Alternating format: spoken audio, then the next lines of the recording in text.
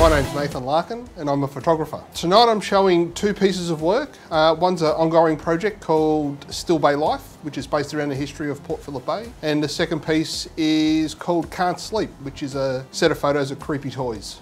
The inspiration comes from, most of my work comes from art history. So I spend a lot of time mainly researching the classics, Edward Weston, Tarrant Simon, to name a current photographer. A lot of my stuff is based in old Halloween films. When I get to my bigger still life work, it's all based around the 17th and 18th New Romantic and Dutch Vanitas style still life, where within the image there's a strict narrative if you follow it.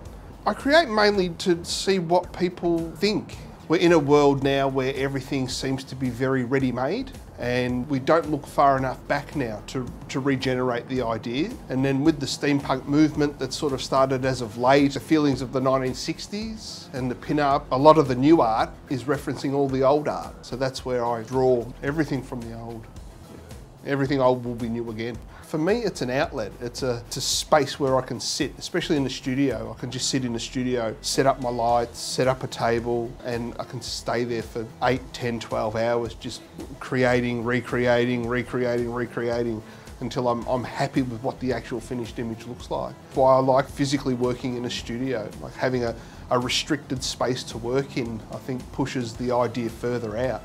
You know, you're limited in space, so what can you do in that space?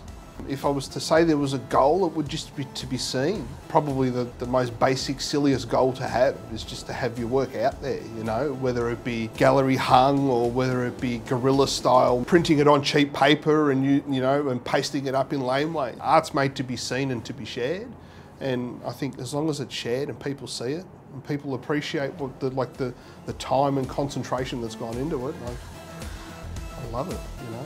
That's what drives me. It drives me to make more. My name's Nathan Larkin and I'm a raw artist.